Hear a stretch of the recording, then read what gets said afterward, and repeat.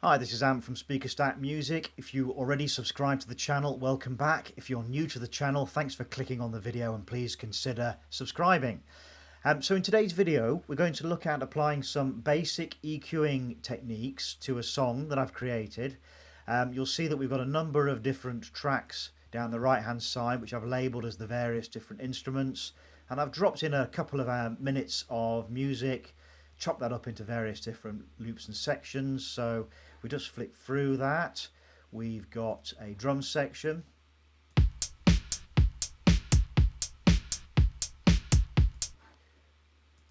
We've got a bit of a shaker thing going on here. We've got an ambient synth in this section here.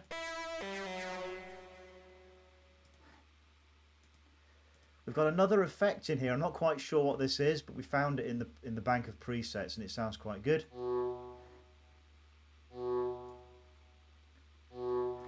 Just to give a bit of, put a bit more ambience in the track. We've got some lead synth in the middle here.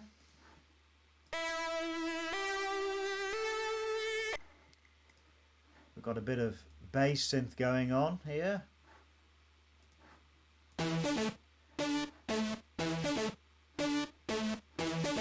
Probably quite high for a bass synth in all honesty, that, so let's just rename that, just call that synth, I think. We've got some rhythm guitar,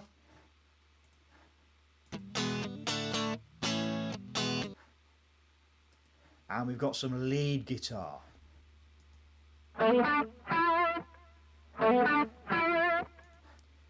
Put those all of those instruments together, and this is how they're kind of coming out at the moment.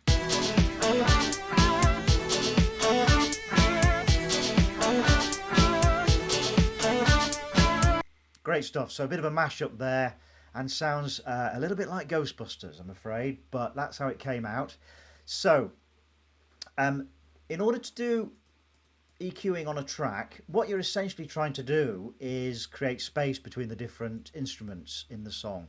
I've already had a bit of a stab at doing that through some very kind of basic panning. So the drums, we've kept that center, as is the synth that we thought would actually end up as a bass synth, but it's coming out as more like a lead synth. That's also in the center of the mix.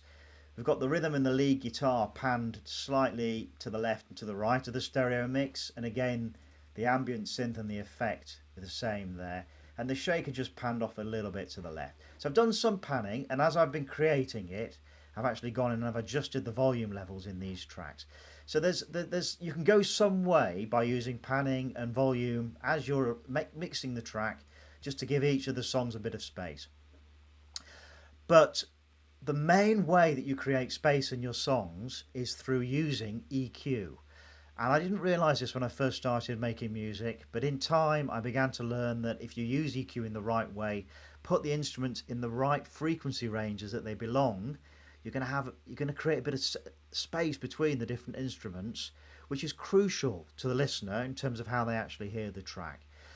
So there's no production on this at all as it currently stands. All of the tracks have just got the instruments dropped in and the notes that we've played. We've got some MIDI tracks here. We've also got a couple of audio tracks with a lead guitar and the rhythm guitar. The one thing I have done is put a spectrum on the master channel, which you can find in the audio effects section of the instruments part of the view to the left hand side here. So you click on spectrum and drop that in, but other than that there's no audio effects in there. So we're going to be applying some EQ3 to each individual track, and I'm just going to show you some of the very basic ways you can start to use EQ3 without getting too complicated. And it's just quite a straightforward, quick and easy kind of fix to get some EQ on your track, rather than dropping in more sophisticated kind of EQ audio effects, which might take longer if you're looking for a quick win on your demo.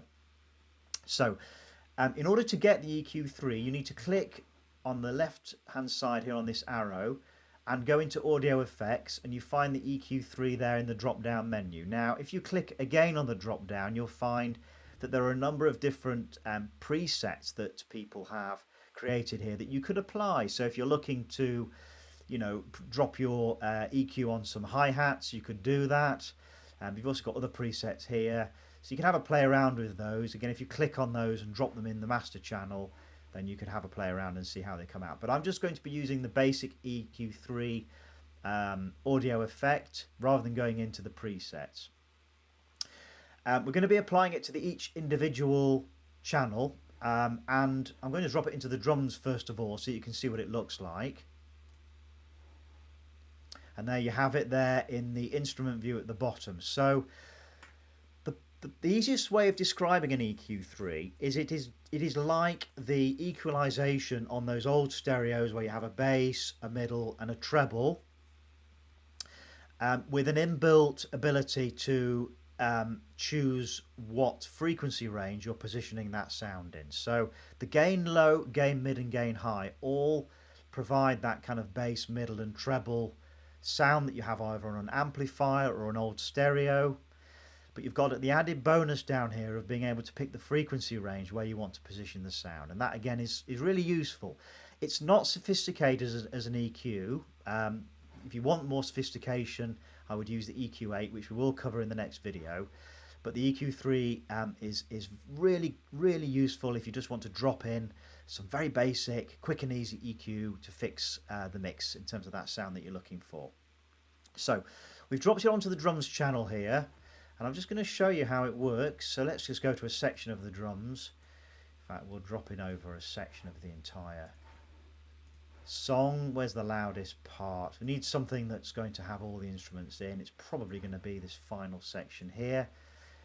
So I'm just going to get these arrows and drag them over, and if you click on this here you can loop round that section of sound. Great stuff. Let's have another blast of that just to see how it comes out.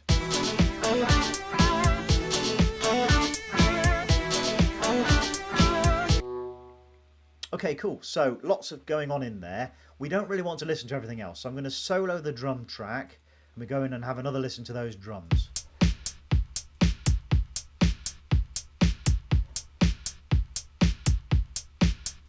So with the drums, we want to position those in the lower frequencies, and we want to think about whether we're boosting the bass, the middle or the high on those.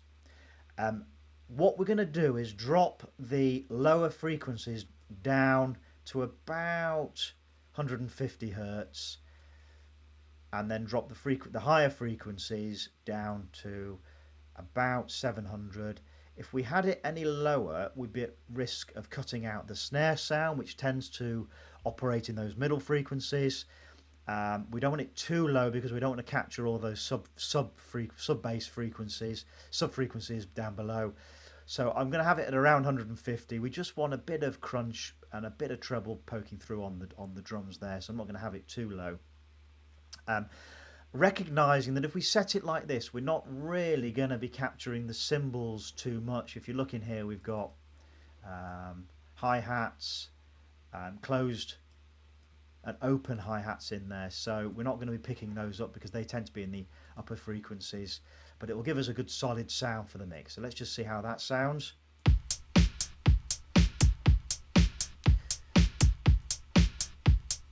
And obviously if you go in and turn off the EQ3, you can begin to see the difference.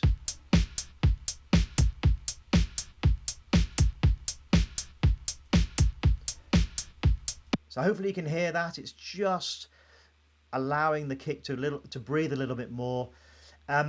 If you wanted to boost those lower frequencies where the kick is, you could turn up the gain on the lower bass frequencies, and it would sound something like this.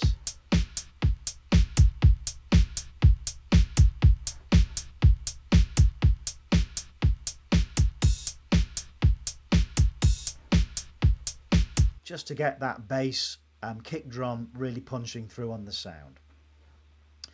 So I think that's enough for the drums. Moving on to the shaker, again we're going to apply the same principle. Go in, select EQ3 and drop it into the track. We're going to go to that section of music that we had highlighted, and now the shaker is something that we probably want in the higher frequencies, because if we put it in the bottom end it's going to get lost in the mix. It's going to get quite muddied up. So I want to give that a bit more room in the high end of the mix. So we're going to be looking at applying some EQ that brings it out and actually allows it to operate in those higher frequencies.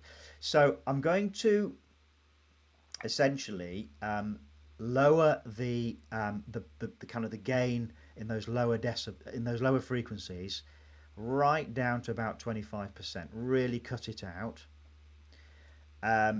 The frequency low, we're going to start the kind of the, if you think about the frequency range that it's capturing, we're going to start that at around 500 hertz. I'm going to drop some of the mid gain out of the sound again, just so that we're pushing all of the sound and all of the energy into those top frequencies. Let's just see how that sounds now. Would help if I soloed the track. Let's just do that.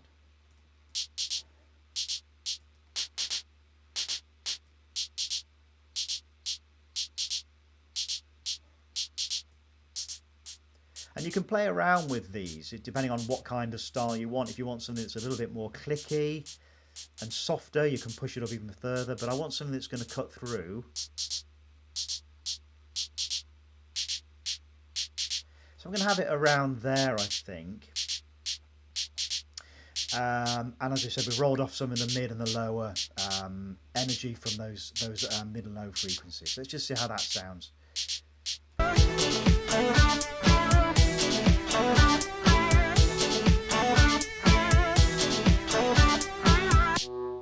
Okay, great. Now let's move on to the ambient synth. Let's just solo that. Make sure we've got the right section selected. And again, we want to make sure, because this is a synth, we need to position it in kind of the mid-range, mid-frequency range for something like this as a synthesizer. So again, we go to EQ3, drop that into the track. And I'm going to roll the frequency low up to about 600 hertz. These are the kind of the mid-range frequencies. Keep the kind of the higher frequencies as they are, and just roll that lower gain down so that we're again rolling back the energy in those lower frequencies. Let's just see how that sounds.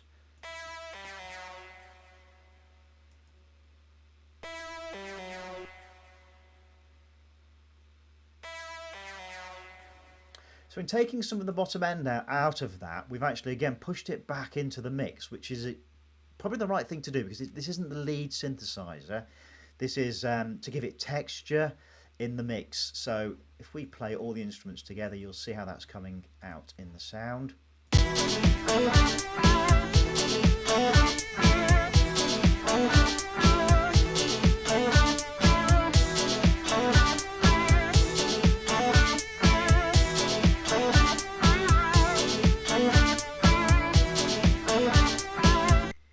Okay, I think that's fine for the time being, because we didn't really want it too prominent in the mix, so I'm quite happy with that.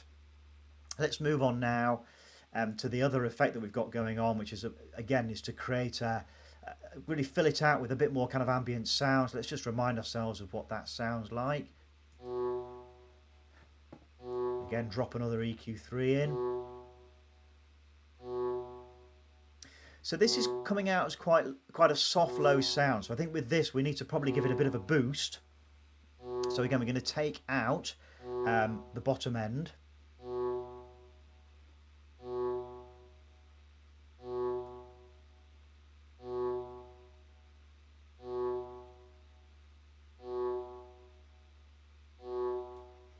And boost the high end of the frequencies.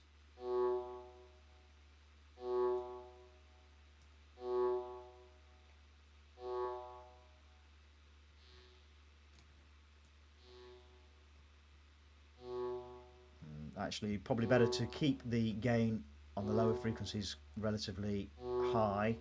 Just boost it using shifting the actual frequency range here.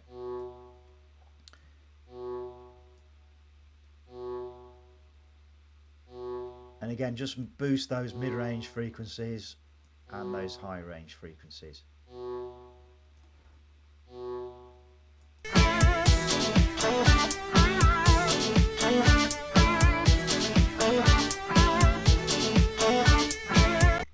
Okay, so it's still quite buried in the mix, so what I might do is just give that a little bit of a boost in the mixer. Let's just see how that's cutting through.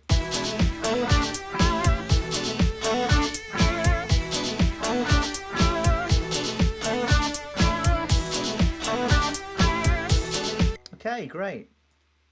Now we're on to the lead synthesizer, and this is a lead instrument, so we really want to bring this out in the mix. So let's just solo that and just have a quick listen to how that's sounding. Drop another EQ3 in. So yeah, I really want this high in the mix, so I'm going to take out all of those lower frequencies, get that at about 75%. Again, boost the higher frequencies, so it's really filling out that kind of top end of the mix, those really high range frequencies. And I'm just going to give those mid frequencies a bit of a boost on the decibels there. Let's see how that's sounding.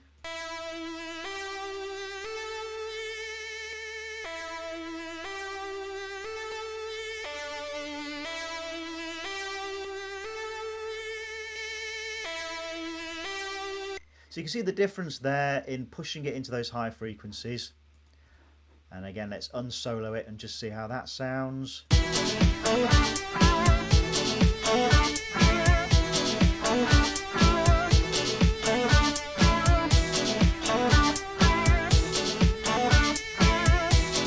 So you can see there, just in unclicking the EQ and clicking it back on again, the contrast between pushing it further up into the mix.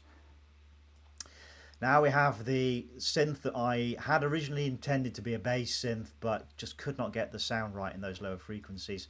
So again, we're going to have that in the kind of mid-range frequencies again, like some of the other synths earlier on, these ambient synths and effects, but we don't want it too prominent. So let's grab an EQ3, drop that in. Remind ourselves of what it sounds like. Let's just take that off for the second. Solo it.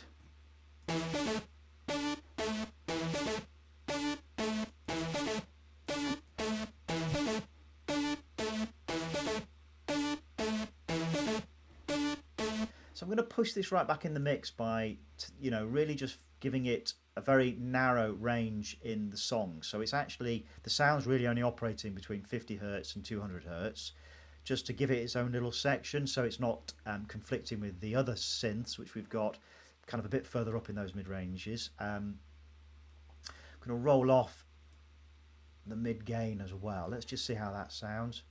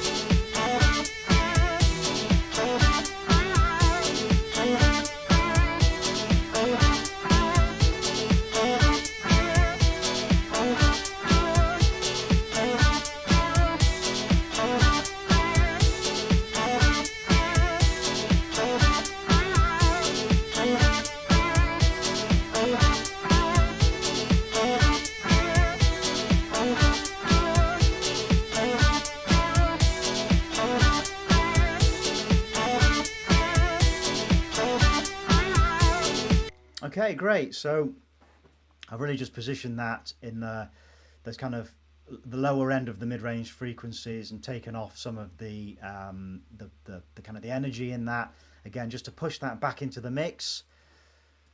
Right, we're on to the rhythm guitar next. Let's just have a quick listen to how that's sounding.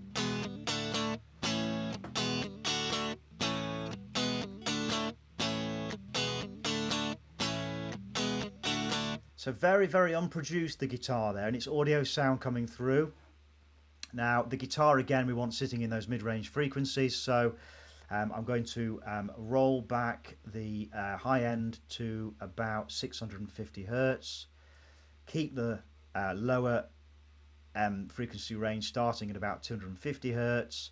Let's just see how that sounds.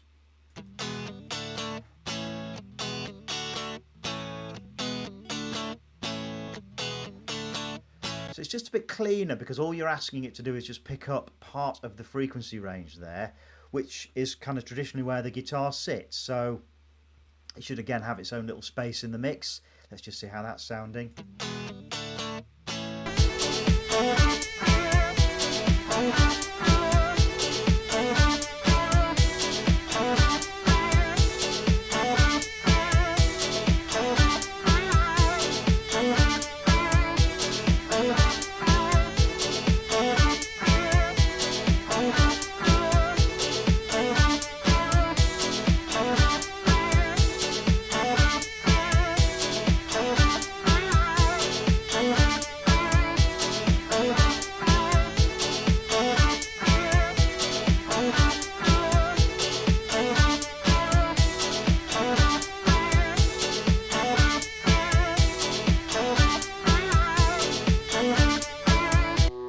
Okay, so I had to play around again with the kind of the decibel ranges around the mid frequencies and the high frequencies, just to see if we can boost it a little bit.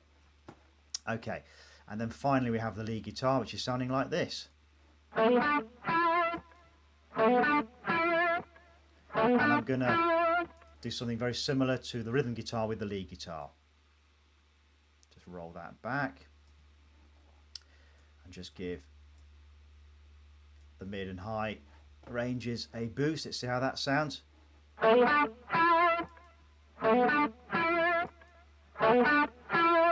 So again, it's just cleaning it up a bit, and again just pushing it up out of the mix. So it's quite loud in the mix as it is, so we might need to kind of turn it down in the mixer section, but we've actually captured the sound in those high frequency ranges, which is where we kind of needed it to be.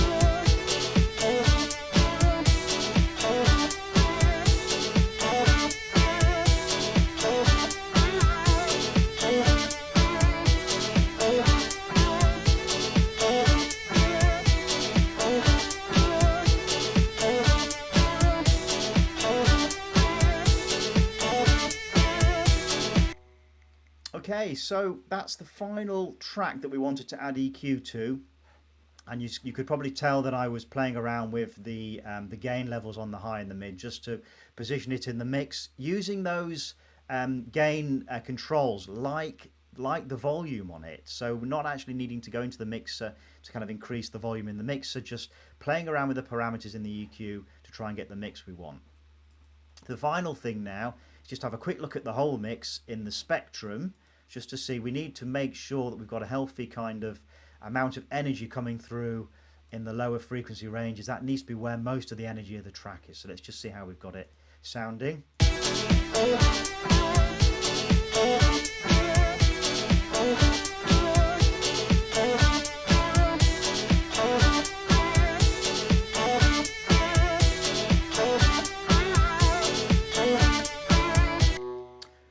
Great. Still playing around a little bit with that lead guitar high end gain. I've just boosted it a little bit just to bring it out in the mix. You can see from the master a lot of the energy was coming out around the 100 Hertz range, which is exactly where we need it to be. Finally, let's add in an EQ3 into the master channel, because you can actually add it to the overall mix as well as each individual tracks. This is the kind of the final way you can use it. And again, let's just see how that's coming out.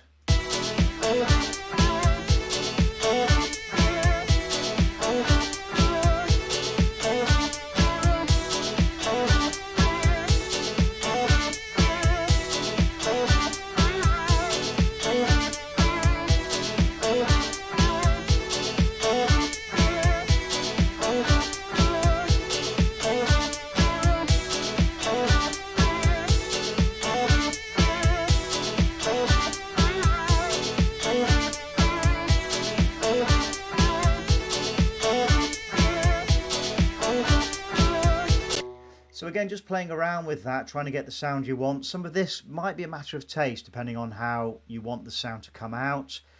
using it, like I said at the start, like a traditional kind of stereo and bass, mid and treble, those dials that you have on a traditional stereo or a tape recorder or something like that, to get the kind of sound that you want. But one thing you do want to make sure, obviously, with the master channel is that you are rolling back the low frequencies and increasing the high end frequencies, because otherwise you're going to be, because you've got all sorts of instruments in this mix and you want to make sure that all of them come out in the master channel.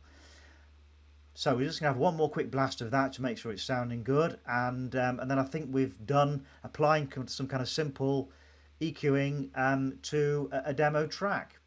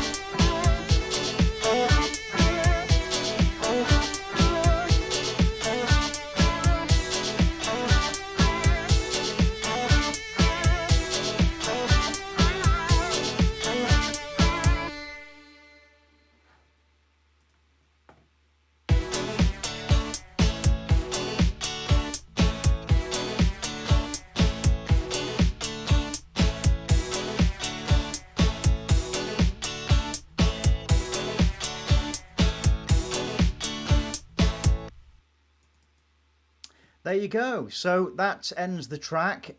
You'll see that I was still playing around with that lead guitar. I wasn't quite happy with it. What I actually ended up doing was rolling back some of the mid gain from those middle frequencies just to push it back a little bit, and brought up the higher gain. And I think I'm happy with that sound now after having a play around. But that's the thing, I think with this you can go in and just keep playing around until you get that kind of sound that you're looking for. As long as you're kind of recognizing that you need to think about where you're putting your instruments in the mix, and having them at certain points in that frequency range. That is how you go about using the EQ3. It is a very basic tool. A lot of musicians in Ableton will use the EQ8, and in the next video we will be looking into using the EQ8 instead of the EQ3. It's a bit more of a sophisticated tool, and it really enables you to map out exactly how you want the sound to move across all the frequency ranges in a far more kind of detailed and complex way.